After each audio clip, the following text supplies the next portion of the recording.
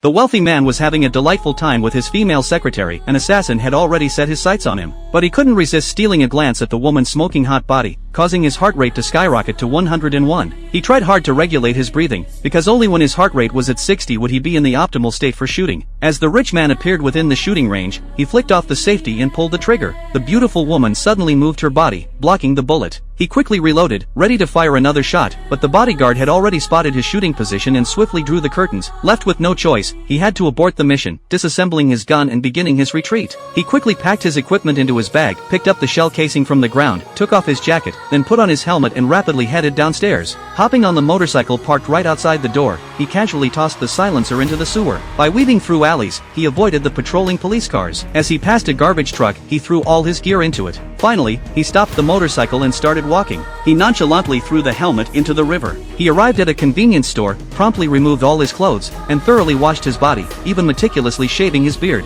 Then he changed into a clean set of clothes, sprayed on a hefty amount of cologne, ensuring no traces would be left behind. Exiting the convenience store, he hailed a taxi and made his way to the airport. But as he went through security, he noticed a police dog staring intently at him. The authorities had clearly gotten wind of him. He quickly made a decision, stepped out of the line, headed to the restroom, and once again carried out a thorough cleansing, even discarding the bracelet he had worn for 20 years. This attention to detail allowed him to pass through security smoothly. Even so, he remained vigilant after boarding the plane. He constantly monitored his surroundings, and noticed a man in black who seemed to be watching him. During his layover, this man in black also appeared in the departure hall. Unwilling to take any risks, he immediately changed his flight to the next day and checked into the airport hotel. When ordering room service, he carefully observed through the peephole, ensuring there were no dangers around. After the attendant left, he swiftly locked the door and placed a glass on the door handle, with a pot lid underneath. Finally, he grabbed a dinner knife and sat on the couch. Fortunately, the night passed without incident, and the man in black did not reappear. Only then did he feel at ease to board the plane and return to his hometown.